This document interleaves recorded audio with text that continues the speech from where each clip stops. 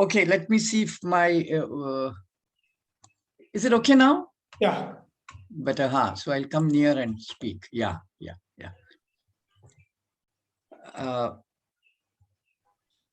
Even though I have written that this session is going to be on the cognitive damages of schooling, I felt that you having gone through that, it will be easier for you to reflect on that. And I will focus on what is really learning, how actually children learn, So whatever I'm telling, the opposite of that is what is happening with the damages of schooling.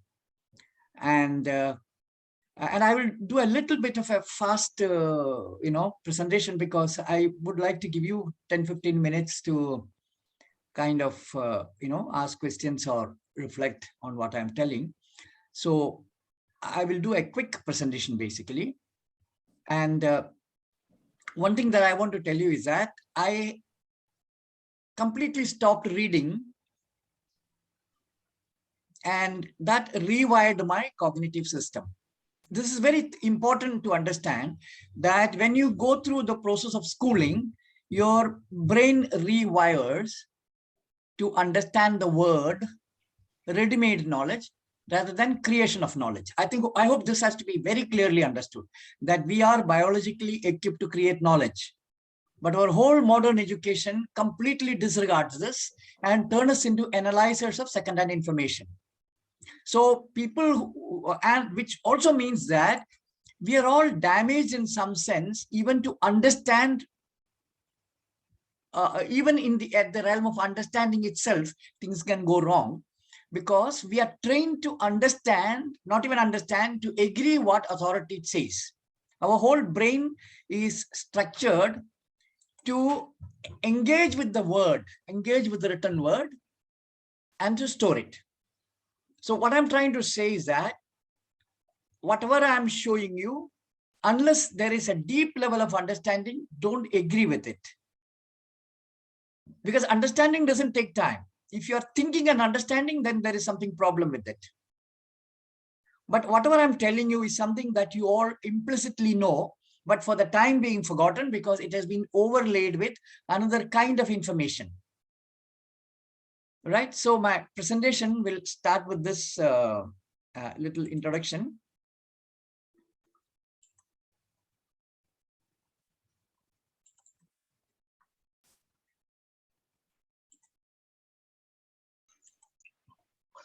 Yeah, so this is called from teaching paradigm.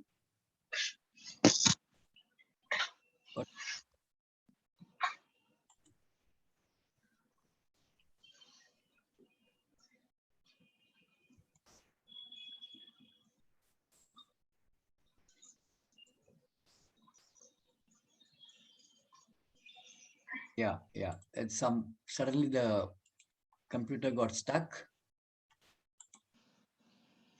Okay, so from teaching paradigm to learning paradigm.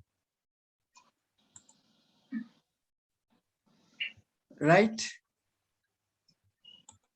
And this also means from transferring information to creation of knowledge. So there have been two paradigms of research.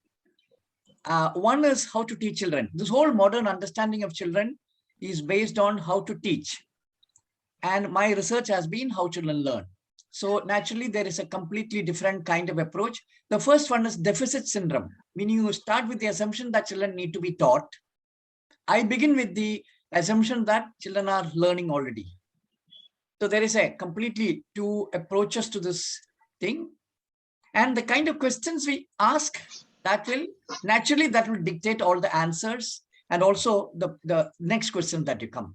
How to teach children is the question that we asked, which means we will ask what to teach, when to teach, how much, how often.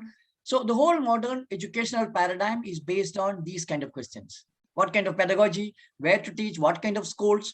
So whether it is unschooling, whether it is homeschooling, whether it is alternative schooling or mainstream schooling, all fall within the same paradigm of how to teach, disrespecting children. But the moment you shift how children learn, then you're asking, what do they learn? How do they learn? What is the content of their knowledge. So there are a whole different sets of questions that arise the moment you change the question. And so I begin with this statement that we have completely misunderstood children. Because we have misunderstood them, we have misunderstood what is play, what is toy, what is knowledge creation, what is the content of knowledge, and what is the role of experience, what is the role of language. So this whole thing has been completely misunderstood. So I would like to take you through some redefinitions. In fact, I'm writing a book on redefinitions. And one of the key thing about redefinition is that it has to be understood in experience. That's a very key thing. So it's not a linguistic experience. So I would request you to hold it as a possibility. So what I'm telling is that one simple statement, let me make before that: literates learn the word, illiterates learn the world.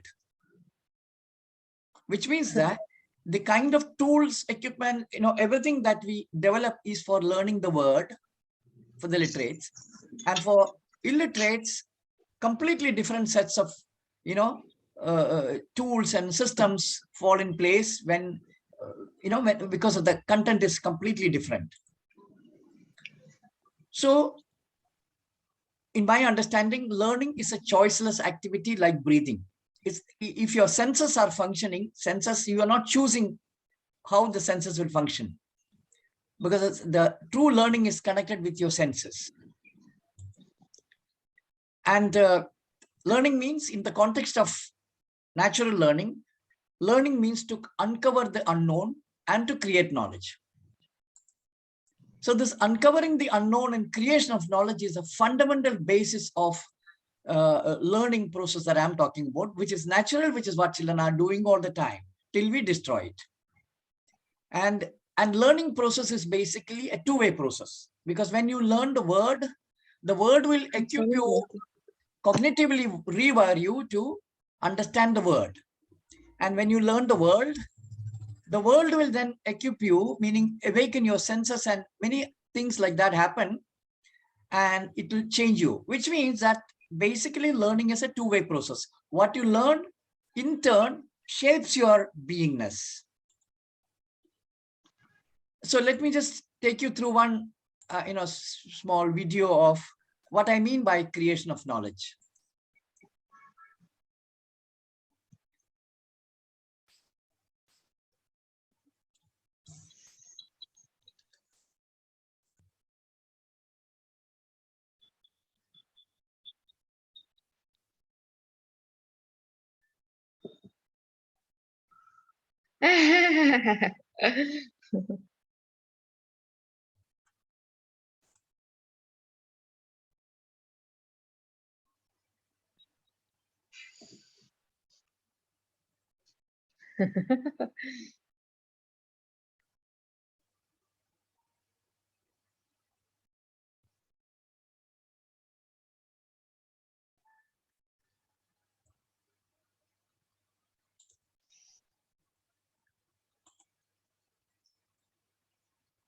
So you can see that there's a striking difference between knowledge creation that I'm talking about and what you see here.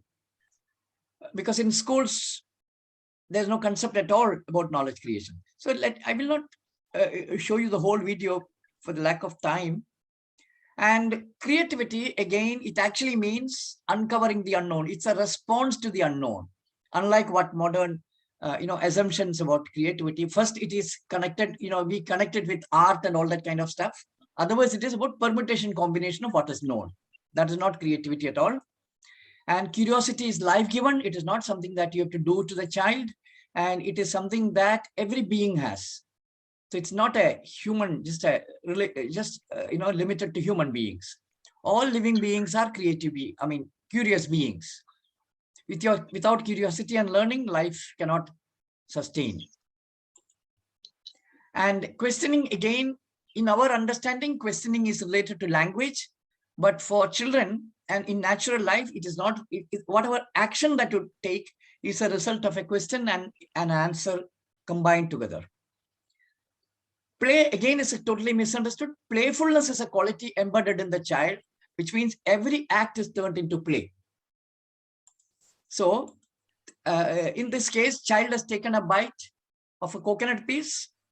He saw the shape of that and compared that with the Nandi bull, and then immediately compared that with the half moon. So an immediate playfulness is exhibited. And basically, this is the principle that children use in creating their own toys.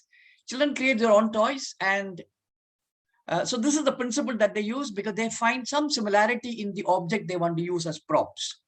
So play is the reenactment of experience by recreating and reliving experience. It's a form of reflection. Again, reflection is basically our whole understanding of all this terminology belongs to the linguistic realm. Actually, all this actually happened within the realm of experience itself. So toy is the object used as props in the act of reenactment. Any object that some vague way resembles the original object is taken. So here, this wooden box is the child.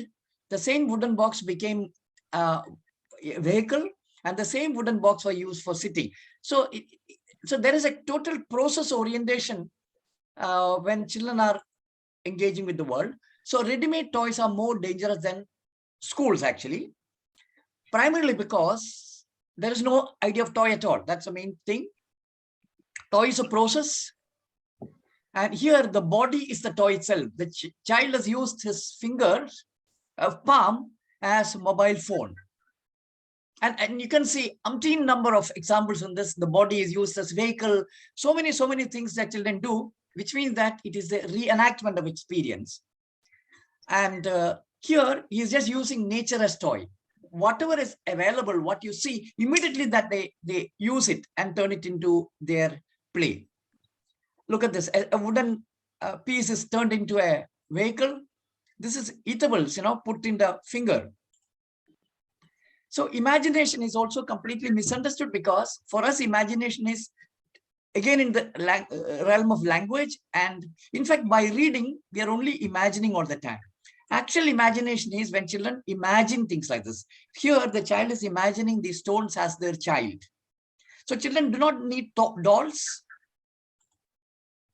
Improvisation, this is very interesting that somebody gave a truck to the child. So when the child was taking out the truck from the box, immediately the child turned this box into the garage. So he was telling that it's coming out of the garage. So children are absolutely present and responding. So the difference between child and adult is that child is process oriented. They create knowledge all the time. They are present and they are engaging with quality. Whereas the modern, we are preoccupied with, we are product oriented because we deal with knowledge. We believe in knowledge instead of creating knowledge. We are absent all the time and we are dealing with quantity. And I would like to share with you an interesting natural pedagogy, what I call it. It's about teaching without teaching. What this actually means is that teaching is what the world is doing, but we are involved in learning. Learning is natural, teaching is not. Teaching is completely unnatural. But how teaching happens is that just by the existence of things, we learn from that. So teaching is not a conscious act at all. From anything you can learn. And you are learning, in fact, from everything around you. So the child is, the older person is not doing any teaching. He's just involved in his activity. It's the responsibility of the learner to learn. The child is observing and learning. And there is no intention to teach. This is to be very clearly understood. So this is the key difference, which is that the paradigm of the unknown and paradigm of the known. We belong to the paradigm of the known because we are constantly dealing with ready-made knowledge. Whereas natural learning is, and how children learn is, in the realm of unknown, and there is no teaching. When in the paradigm of the unknown, the value system is shaped to make you humble and also to awaken wonder. And the cognitive system naturally gets developed to use your senses, body, and experience. And no teaching shapes a value system based on openness, collaboration, and cooperation, because there are only co-learners. There's no teachers and there's no hierarchy. And the cognitive system based on playful exploration, discovery, intelligence, open-ended processes, and being autonomous. Autonomy, I think, is the key thing that needs to be understood, because if there is no autonomy, there is no learning possible. And this is another very important thing, that never having felt that they have failed. Children never experience this. So how when children learn, why children learn is because life ensures learning happens, because life wants to sustain life at all costs. But there is a precarious nature of human potential. Children are totally helpless when they are born, and the external condition completely shapes them, in the sense that even our ability to walk has to be drawn out of us. This is from examples of feral children, where feral children who have lived with dogs and other animals have not learned how to walk, how to talk, etc. Even the eating is completely been shaped by what they experience.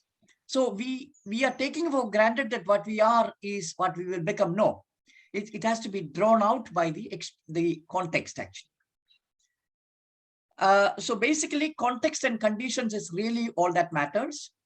A good example is that a psychologist adopted a baby chimp to live with their child, but within 6 months they had to throw the chimp out because the child was learning to be a chimp. How children learn is basically they develop all their tools, qualities, abilities in the process, meaning senses are the tools and senses are awakened. And observation is the key thing to learning. Without observation means awakening all your senses. So not just the eyes, but all your senses are alive and totally paying attention to the world around. So you can see that continuously the child is watching the dog trying to climb, constantly watching. Then there is another very important activity. Of course, at a later stage, children make this comparing what is similar and what is dissimilar.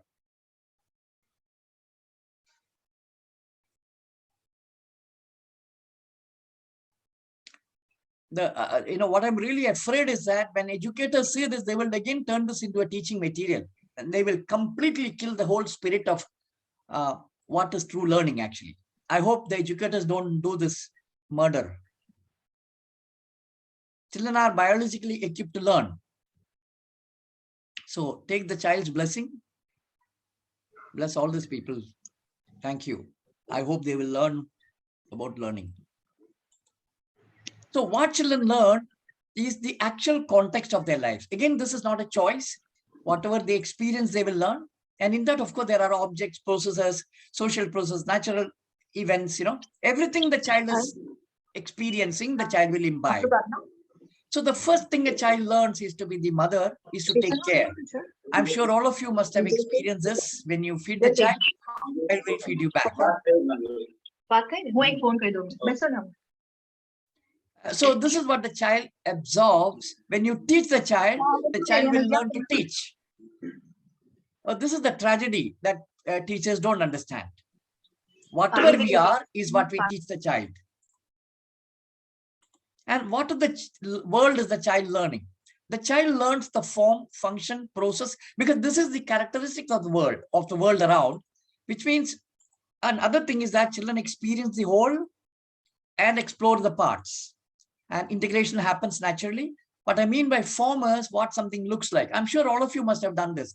When you were children, when you got the book, you kept it like this and said, this is the house. Here you're exploring the form, how the house looks like, and of course, now the flats are there. So children explore the flats. Function is, I'm sure this also you must have done, putting a bed sheet over a table and, called it and played house, entering that. And so here you're exploring the function of the house, which is to create space. And the social aspect that I'm sure you must have played this also, played the doctor, each and everything that you've experienced is being reenacted. Process of making the house. Structure is that finally you achieve the structural stability. And then property of material, I'm sure you all must have jumped on the or must have seen how children bounce on sofa. And this is a universal response to sofa, which means there is a activity that is given to all children by nature. And these are not done in a very fragmented way. Sometimes this is done in a simultaneous way. Here the child has explored everything together, materials, process, function, everything is together explored. So here, so we must really understand what is the role of language and how children learn language. This has to be very clearly understood. Language is a name given to our experience, which means experience is verb and language is noun. And creation of language, children create language by integrating word and the world. And when children learn to speak naturally, they're actually learning to articulate their understanding of the world. Children's language cannot be separated from the experience they have of the world. And the experience, the world integrates with the language. And so when you force language on children, their understanding of the world will get distorted. So adults provide the word, children hear the sound, meaning gets created in experience. What this means is that, I'll give you one good example. Pa is water for a child. So when the child saw for the first time the sea, this is what the child told, pa boo, with extended hands. So here, pa is water, boo is the sound of the waves, extended hands means hugeness, which means the whole sentence is the whole action actually. With the body, sound and word together creates the whole sentence. And I will also explain how they create categories, how they build knowledge by using experience. So when the child saw the peacock flying, she called it crow, because her first category of all flying ones were crow, based on crow, because crow is the first thing that the child saw. And when the peacock got down and started walking, the child told, this is dog. So all flying ones were kaka, and all walking ones were kuta, dog. And the same thing, this is the formal connection. The cat was called Mimi and the dog was called Cuckoo. And when the child saw tiger, it was named Bada Mimi. See how they also build adjectives in the whole process. And for the lion, there was a little confusion because the face was more like a cat and the dog, and the body was like the dog. And so children use all these aspects for creation of this category. It could be the form, the color, size, all these things. So creation of category is based on the experiences the child is having from the senses, sensory experience. And the process goes on even before the child learns a language. This is to be very clearly understood, that language is not the, not important, because the child is already creating categories by observation. It's a sensory experience that the child is able to, able to distinguish. Because see, you can call mango, amchi, manga for, the different names, but the taste doesn't change. So it is with reference to the taste that the child is able to distinguish between each and every, with all the senses. So here the child he was seeing me walking on using a computer, laptop. Immediately the greeting card became a laptop. So there is an immediate comparison between form. So I'd like to bring in another very interesting thing, which is metaphors in action. Because for us, metaphor means it is in language. We only see metaphors in terms of language, but the child is already experiencing it in real life. And that is the source of linguistic metaphors. So here, this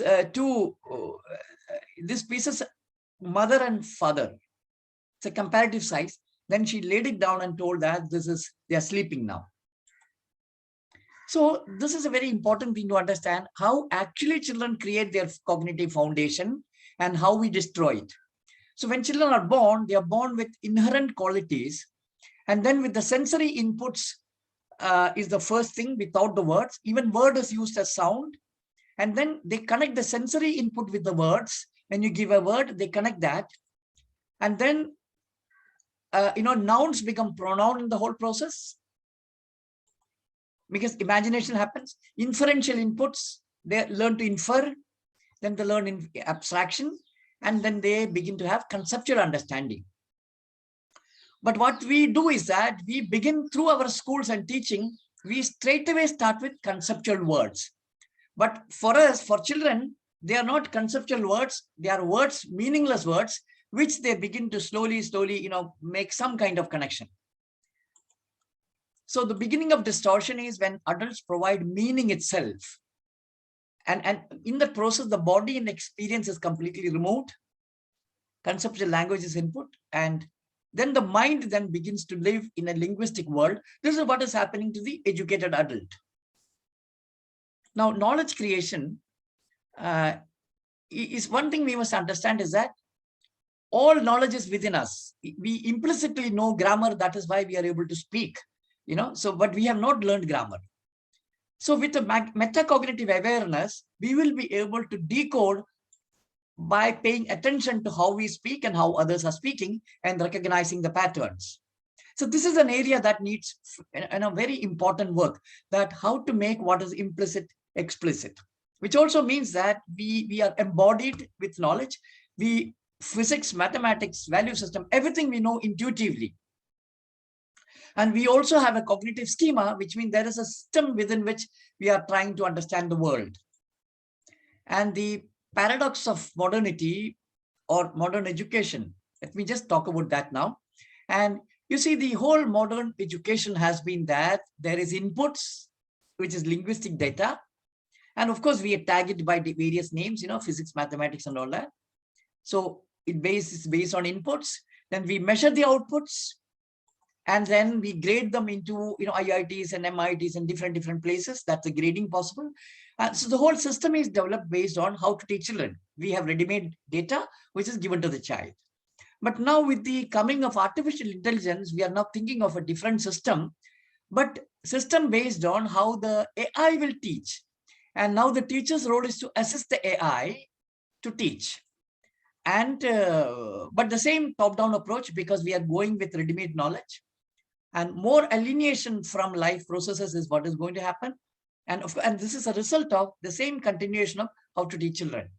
But what is interesting is that what change has happened in the realm of machine learning and artificial intelligence. Initially, machine learning was done exactly the way they were teaching children, input and output. But with artificial intelligence, what they're expecting is that they want machines that can think on their own, learn on their own. But tragically, we don't want children to do the same thing. But the paradox is that artificial intelligence is being developed by learning how children learn, and then using that to dumb children down. So let me take you to what is happening in MIT and Harvard and many places, that how research on children is now happening after almost hundreds of years of no interest in how children learn. Suddenly there is an interest in how children learn, but not to change the education at all, but to develop cognitive, machines that can speak. Let me share the sound with you, because it's very interesting what this scientist is telling. One can look at the story of computer science and think we have at least 3 ages. One is the age of programmers. In the age of programmers, you have to pay very smart people quite a lot of money to make some system behave in an intelligent way. We are now in the age of labelers, in which you pay a lot of people not much money in order to label data. And both of them, especially this one, is n going to infinity, number of labeled data going to infinity. But of course, children don't have big data. We really would like to be able to show one car and one plane to a child, like we do for a child, and then they're able immediately to generalize very well. So our ideal is n going to 1, and to have computers that learn like children from experience. So now our choice is whether we should learn from AI how to teach, or whether straight away learn from children how to learn. So we can do an audit of modern education, destruction of traditional wisdom knowledge systems, and even the very creation of knowledge is completely killed in the modern paradigm. Only 10% of the educated are producing knowledge, that too for commercial purposes. The rest are involved in distributing knowledge and doing permutation combination of what they already have been given to them. Total absence of existential sustainable knowledge for the well-being of life, total alienation and destruction of sensitivity and subtlety. So this is the sum total of what has happened with the modern education. And the biggest paradox is that we claim that we are living in scientific times, but if you look at our own lives, I think we are leading the most unscientific lives. So one doesn't know what is exactly happening. Look at what is happening with parenting today, that most educated people do not know how to parent their child. So what has happened with education is something that we should really question. And the biggest crime is that we are treating children as idiots. We are infantilizing them, because we are actually a result of that infantilized mindsets. We absolutely immature. And so what we are doing is we are simplifying and teaching them ABCD, where they have the capacity to learn the world as it is. We are, giving them miniaturized toys and distorting through cartoons. So this is actually, and silly stories we are teaching children. So this is the way that we are really belittling them. And but they are equipped to learn the real world. And they have been given a proper system to understand the real world and to understand it, So the conclusion is that I'm actually seeking collaboration and support from any of you who are interested in supporting this kind of research on children, on how to deschool, because these words are being thrown around by everybody, but I don't think people really understand what is the real meaning of deschooling. It's actually about reclaiming your natural cognitive system.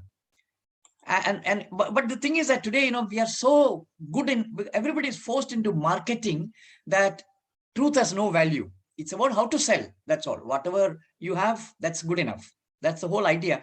So I think high time that we question this and become true seekers, actually.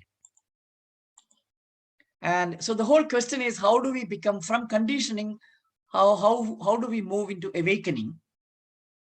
And well, the whole thing is that, how do we recreate psychological conditions for a child where we don't trap them into our world?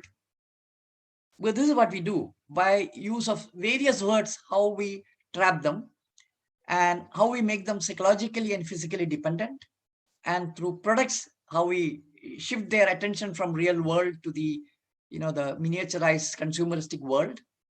And also, how do we create physical conditions by, for them to truly awaken to what is really potential, what is within them. So inherent within the tiny banyan seed is its potential to bloom to its immensity. There is no input that it requires to bloom to its full potential. Only existential conditions, freedom to be, trust in life, unconditional love.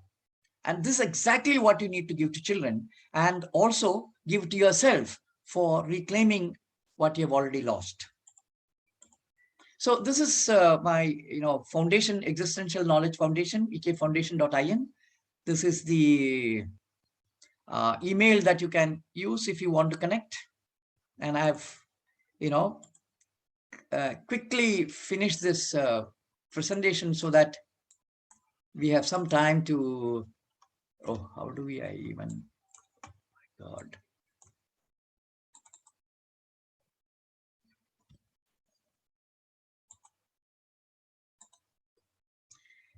Yeah.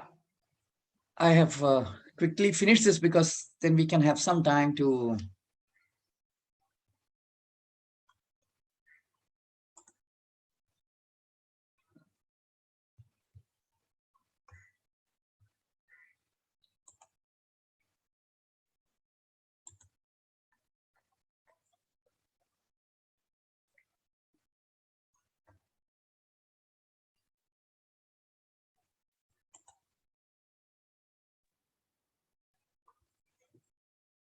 Did I completely silence you all? Yeah, Siddharth. Hi. Show your face, thank please, you. if possible. Okay, I'm on mobile data. Let's see how well this. Yeah, it's okay, no problem. Yeah, that's good. Yeah. Okay. Thank you for this great session. I have a 2.5-year-old son, and a lot of what you said in my notes that I've been taking, I said I should be guided more by what he does. Absolutely. We already follow a lot of these things. Yeah. But I realized that so to actually take it forward, it feels like we first need parent education. Absolutely. And then teacher education, because by the time it comes to teacher education, they're already dealing with reversing what the parents have done. Yeah. And I was curious about do you have or do you know of people who are systematically taking steps in parent education in this way? Everybody is doing in the wrong way because everybody is giving information to the parent what to do and what not to do. You see, the fundamental problem for modernity is that there are no learners left. Everybody is made to depend on an expert. And this is the biggest tragedy of human beings. And unless you reclaim our ability to learn, only then children will learn. The problem is that parents don't think they have to learn. They think they have already educated, so there's nothing to learn. This is a problem with the trap of modernity is this, that we feel we are educated. And this is the trap. Actually, there's no difference between religious superstition and educational superstition. They're the same quality. You believe in an authority and then you're made into high priest and, pope and all that, university vice chancellor, nothing but another pope, you see. You must understand this as soon as possible and get out of this. Yes. And reclaim your natural ability to learn. And that is because that is given to you by life.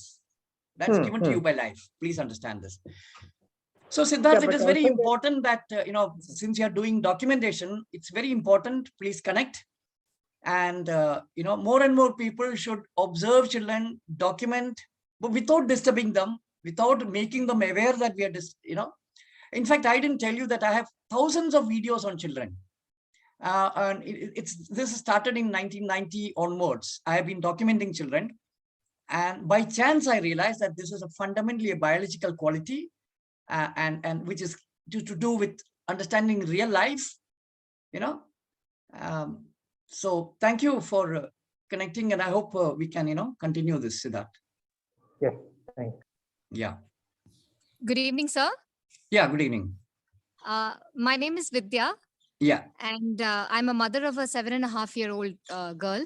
Yeah. And the thing is, it's been kind of ups and downs in the whole, I always wanted her to go to a very good school that didn't concentrate on writing and, basically whatever you said, that's what I wanted for her.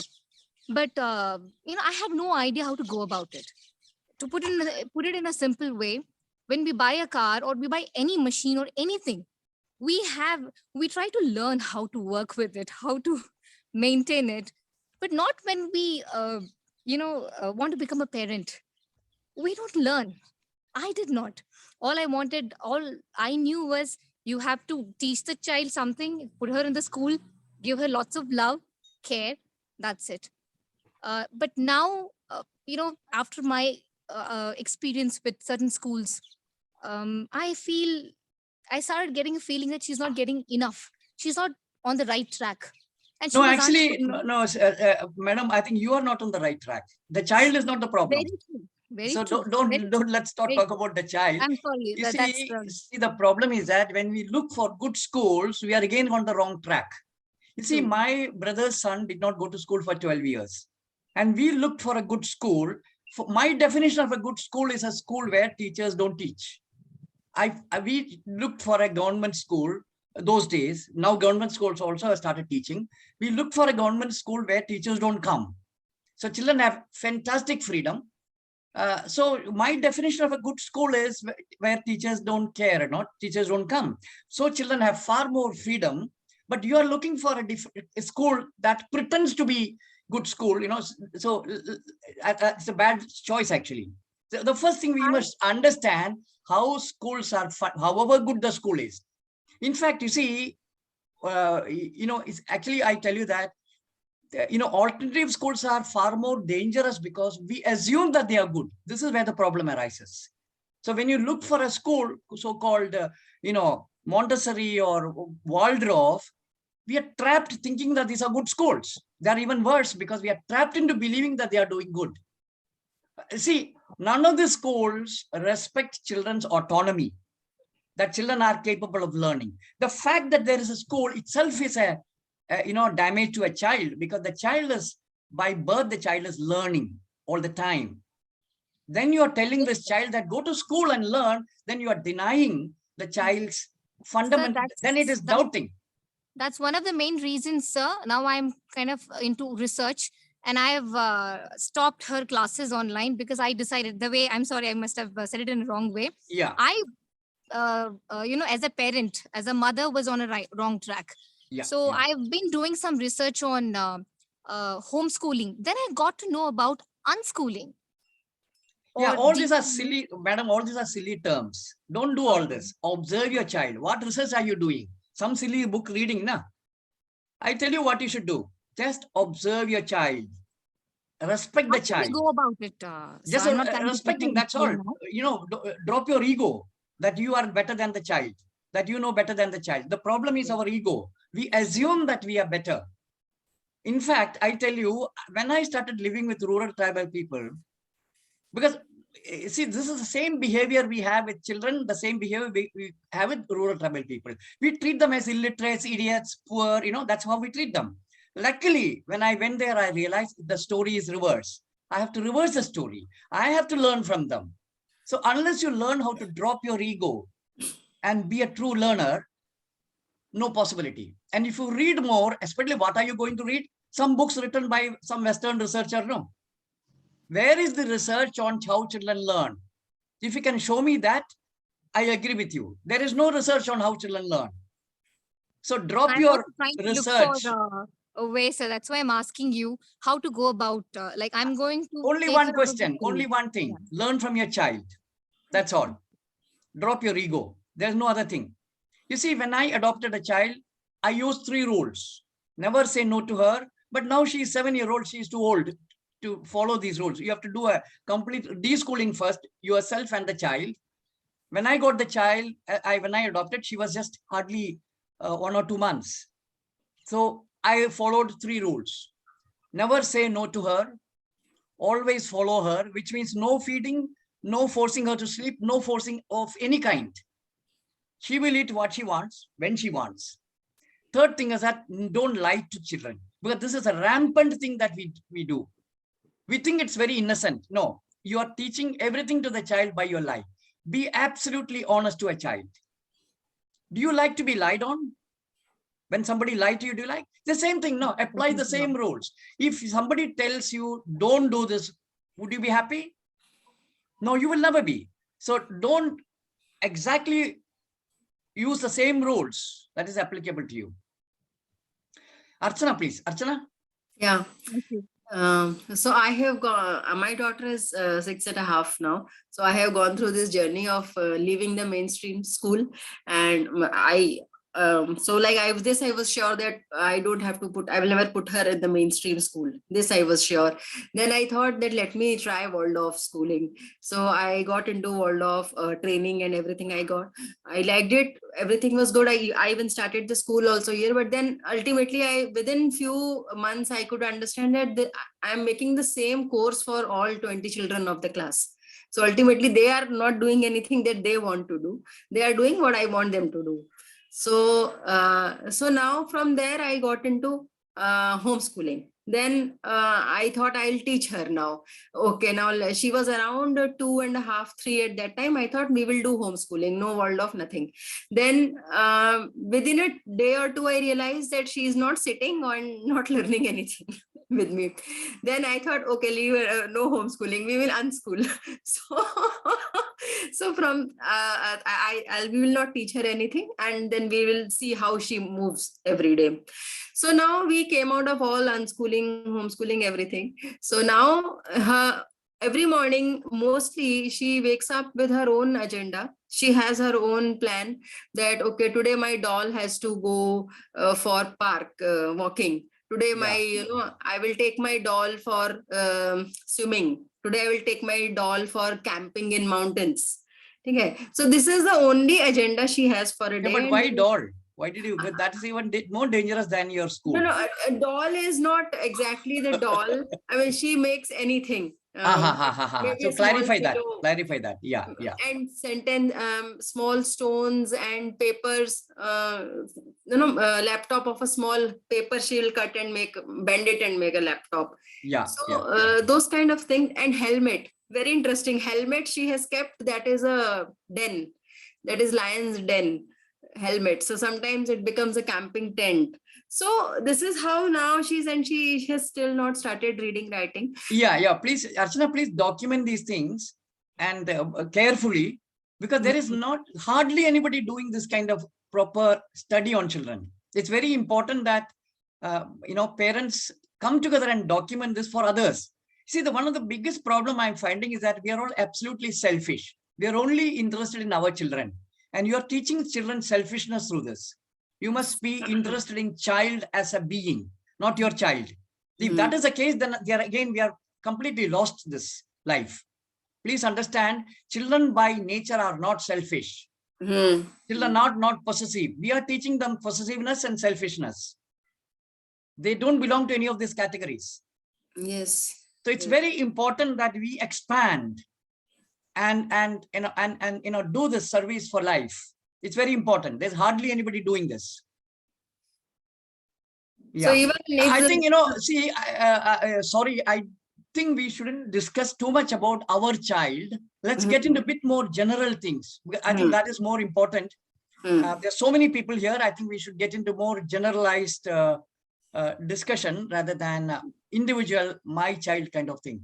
We can do that later. We can do that later. If you're connecting with us, we can do that later, but not right now because there are so many people and we would like a bit more general. Sorry, Sure. Yeah. If you're, if you're doing, please let me remind you once again, we will talk in general terms, right? Yeah, Nikita, please. Hello, sir. Yeah. Yes, sir. I have a question that I am a teacher. Okay, so I'm like You're a teacher. Yes, for 1 year, and I teach kids.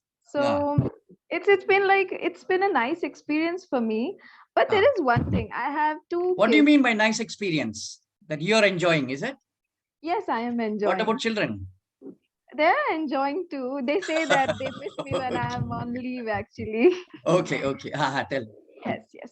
So, sir, I just want to ask that there is a kid, okay? She's too much into learning bookish, every book, like her mother praises her a lot. They are two sisters, okay? So the elder one, she's in 2nd standard now. So she is very good with books and learning whatever I teach. She's very focused on that. While on the other hand, her young sister, who is younger than her, she is, not really into books. So she's just like, whenever I asked her, why didn't you complete your homework? She said, man nahi tha, ma'am. So I asked her, like, oh, what's the issue, So basically, I want to know that the elder one, whenever she completes her homework, I've noticed one thing, that she generally gets, jealous when she does something creative. Her younger one, she does something creative, who is not really into books, and she wants to go behind marks more instead of creativity. And I try to convince her most of the time, see, books are not that important and your marks are not always important. So how should I convince her in this? No, actually, from this thing, she has already kind of become a slave to her mother. She wants to please her mother. Because you see, the praise is it's a trap, and also children learn how to manipulate and how to live with the strange characters, who doesn't understand them. So the parents have already damaged the child. All the selfishness and the jealousy, all that is a result of the parent. Child doesn't have any problem actually. So if you want to work, then work with the parents and not with the child. Start there and see if, something can happen with that. Okay, thank you so much, sir. I have another question. That is that what we are talking here is that let the child be on their own, let them learn, and just don't teach them. Adults don't teach them what they have, basically. But this is such a modern world. So what do we do now? Because now children have smartphone, TV. They have a lot to see through them. How do we keep them away? No. See, the thing is that we have created hell. We are living in hell today. So let's see how do we undo this. It's a very systematic damage that we have done. We have been absolutely unwise in all our decisions. Language is a very, very interesting tool, but it's very dangerous also. But we don't have the wisdom to choose when to use words and when not to use. So this is a tragedy that we have. And the marketeers have completely taken over our life, and they're controlling. In fact, the mobile phone and the video games and all that are going to be absolutely destructive for human beings. Take it from me. I mean, it will take some time for that to be revealed. Text itself, it's very clear, but the problem is that we are so blind that we will not see what is the damage of what the text has done to us, because we are getting some salary and you're thinking that you're having a good life, even though you're completely enslaved by you see, we are just producing cognitive labor, nothing more than that. We don't produce thinkers, or we don't produce visionaries or philosophers. We are only producing cognitive labor. It's only for the labor market all education is existing, not for life. Unless we understand this simple fact that we are going against life, and it will take time. So let's not be in a hurry. That's why I'm telling you, let's look at child as a whole, not your child. It's too late for us to, but we should look ahead, maybe another 100 years or 200 years, maybe your grandchildren. Let's hope that by then there will be some change. Yeah, Sudhar, please. Oh, sorry, Shashi, I will just come to you. Sudhar? Yeah, sir. Good evening. Actually, I have a doubt. I have a 7.5 years old girl. We unschooled her last 2 years back. Listen, I think we should talk in terms of general things, Sudhar. I think you should call me separately. Okay. Individual, please don't do that. No. Yeah. Shashi, please. Yes, No. I was only endorsing your profound thought. Okay. Okay. Then shall I go back to Sudhar if anybody else is not there? Yeah, Sudhar. Yes, sir. Actually, she says sometimes getting bored like that. She's a single child. When she went to play with other kids, she come to ask YouTubes and some toys, whatever they have, like that. How can we handle? No, you see, there is one very, very important thing that we must realize. Children need other children with them. So yeah. I would say, if there is still possibility, have 3 children minimum. Okay. 3 children is a minimum requirement for a family. Or you don't have to have child at all otherwise. You can adopt, but provided you can look after the adopted child as your own child. Otherwise, it's even worse situation. Understand. That's a very, very important, requirement actually. And boredom, of course, is your result of the way that we have been intervening with children. And you see, I think in actual life, when we are engaging with the real world, which is, slow in terms of when you look at the YouTube kind of thing, they do not, they do not experience boredom at all. In rural travel areas, people don't have boredom at all. Even if there's nothing to do, you will not find them bored. Because right from childhood, we are training children to do what they don't like to do. One reason for boredom to set in is because of this, that they experience things that they don't like to do, which is actually very damaging for their inner being. Other thing is that when children experience, all this violent and fast moving YouTube and, all that things, they are not able to be in the slow mode of actual life.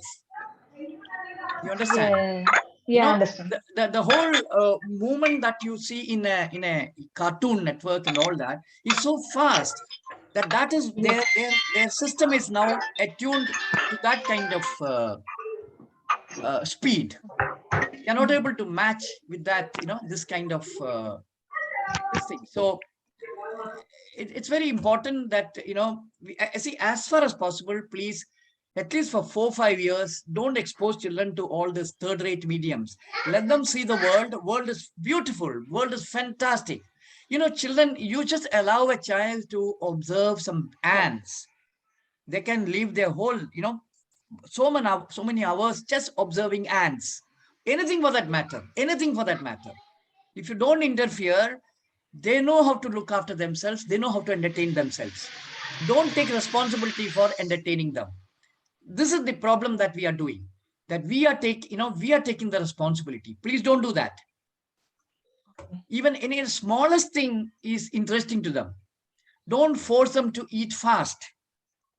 They eat slow. It's a playful activity. Let them do that. Yeah, Pashwa. Thank you. Pashwa?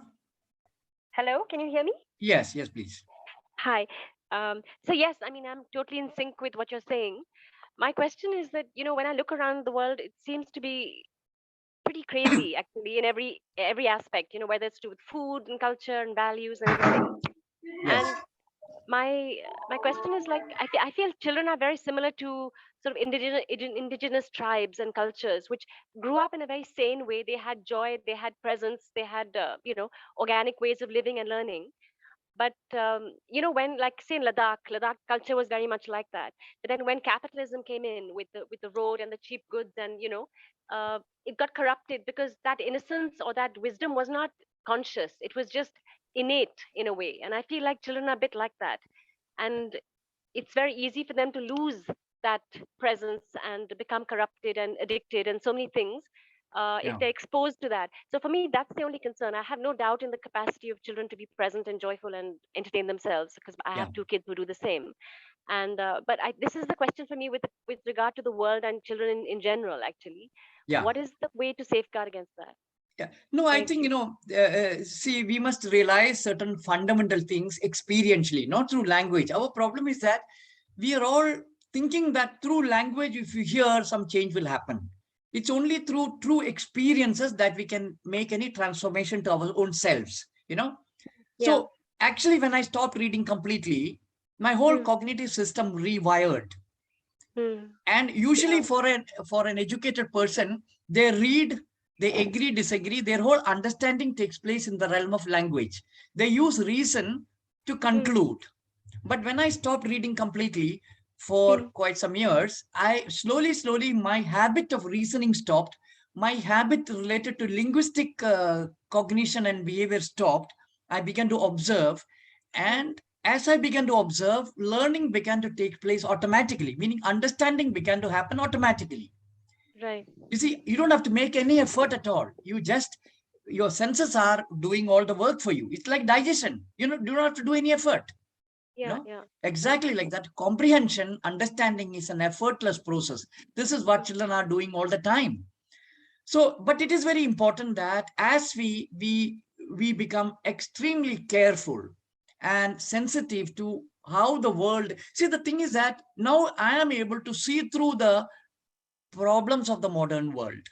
I'm able to see through what is wrong with modern education, what is wrong with whatever the modernity is trying to promote.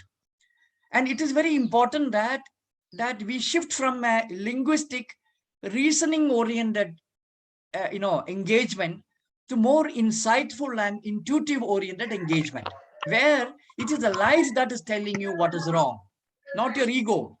See, when we are using reasoning, it's a very egoistic preoccupation.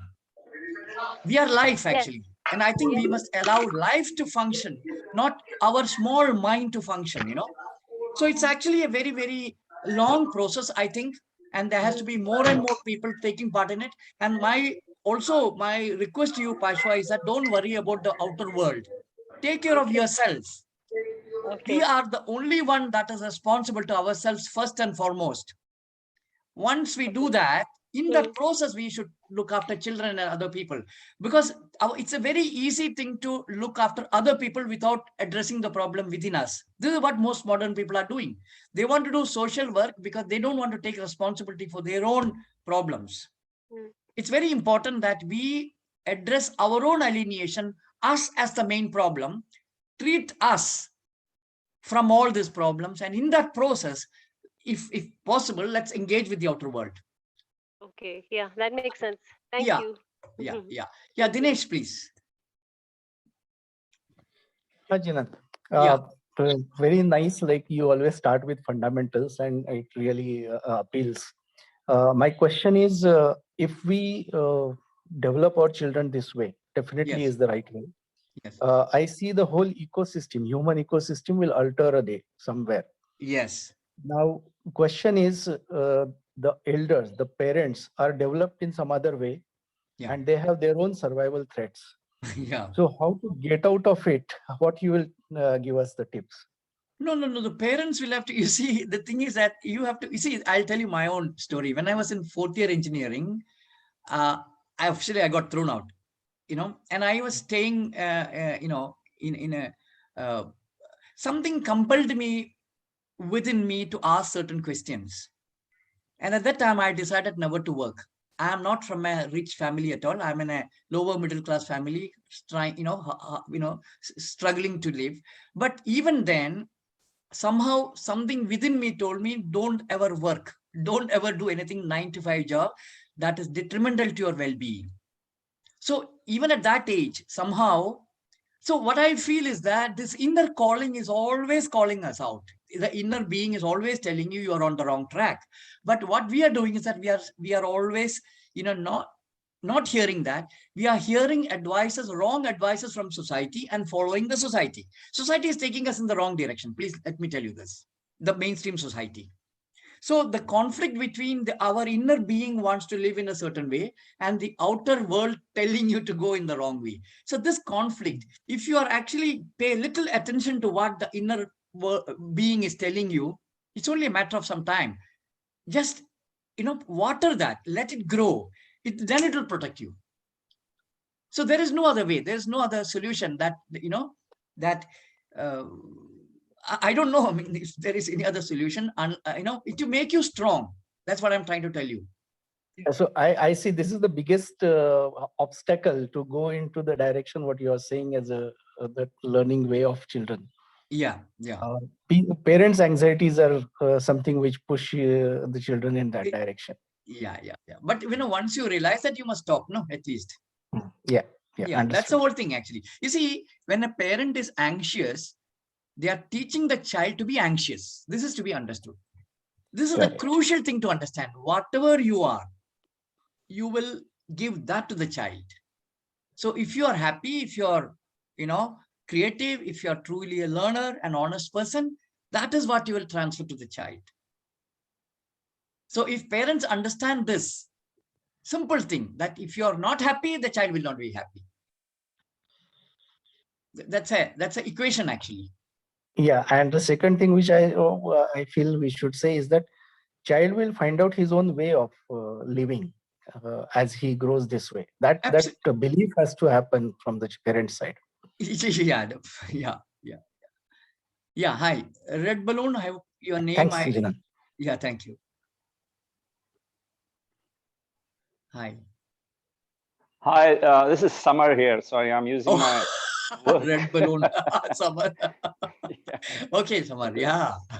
Yeah, we've been exchanging this thought process. What you have has given me a huge learning, because I'm a typical kid who was miserable at school, and but that old saying about fish trying to climb tree, because that's the only way things have to happen in this sausage factory education we all are part of. I thought places like NID and all that would have changed my thinking a little bit, but I think even creative space suffers from that same sausage factory, or let's say the assembly line education. The reason what I'm trying to figure out is that, you have a brilliant vision, what you're talking about, that's larger change, the battle of dealing with the gatekeepers, including the parents and the education system and all that stuff. I run something called Red Balloon, as you know, where we actually work with young people. It's basically creative action for a better world, to put it much, much simpler, where it's really about, we don't go in there by telling people that, okay, you will score better in school, or we don't teach kids that maybe your child will become a better coder. We are working in a narrow space of what would be empathy, what your nature is, and to make sure that you take that to the next level. So coming back to what, the battle which I have is trying to sell this narrow space. I mean, when we sit in this Zoom call and hear each other out, there's so much more to which can be done. But how do you see this change taking place? Because is it going to be pilots, or do you think that certain education institutes would sign up into this?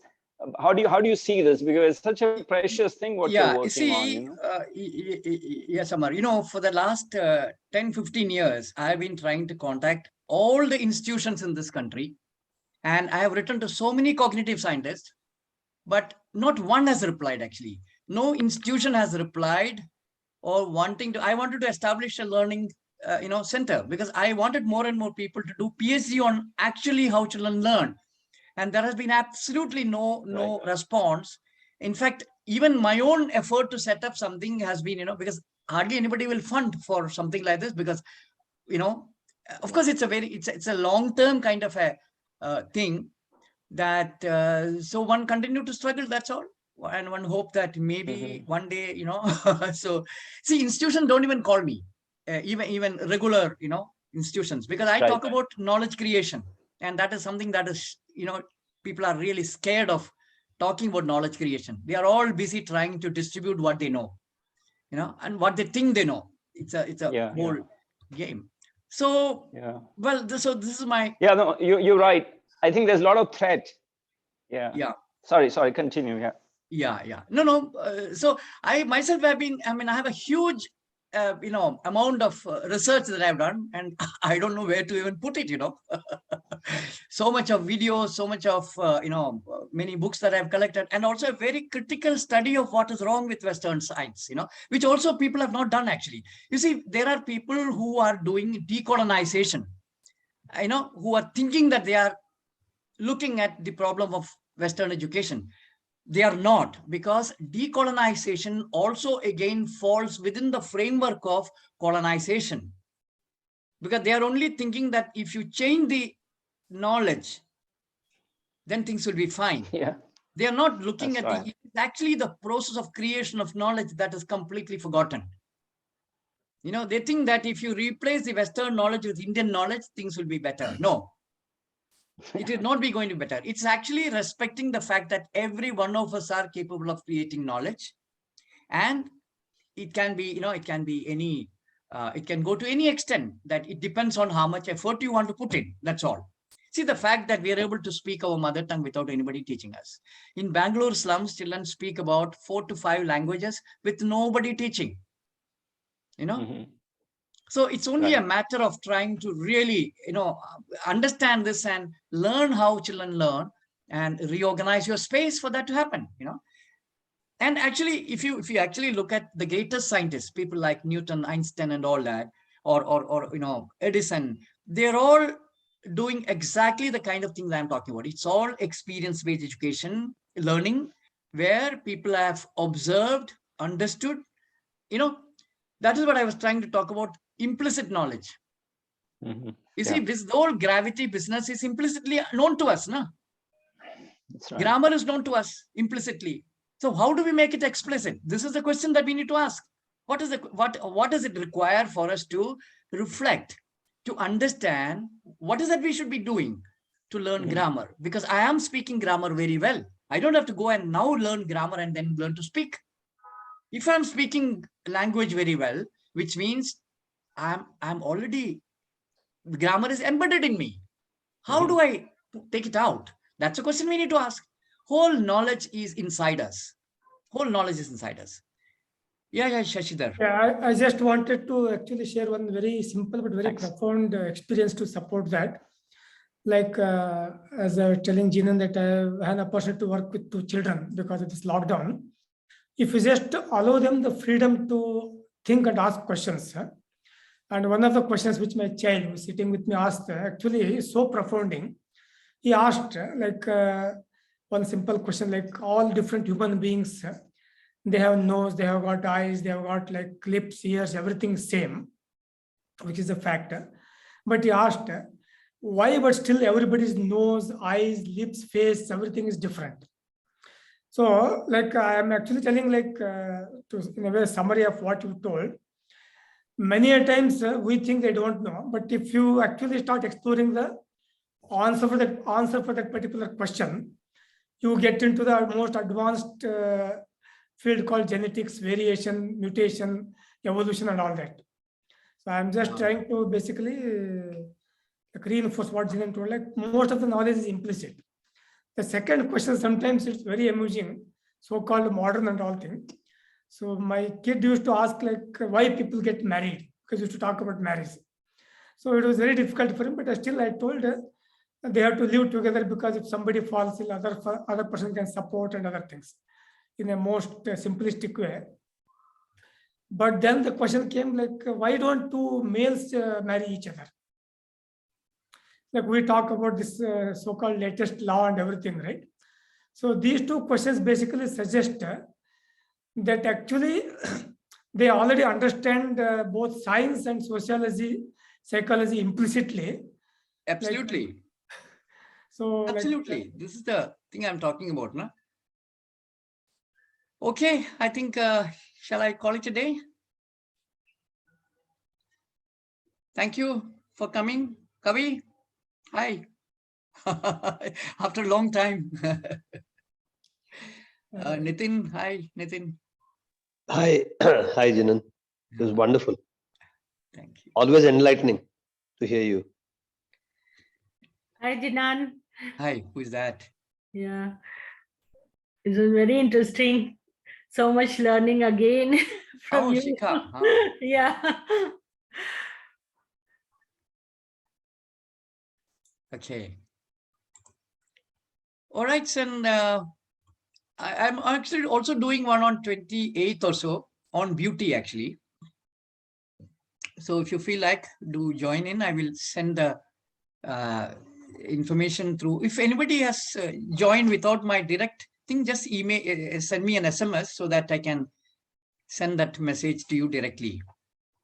If you're not part of any of my groups directly, then do WhatsApp me so that I will send you I will write once again my number 594471. Yeah.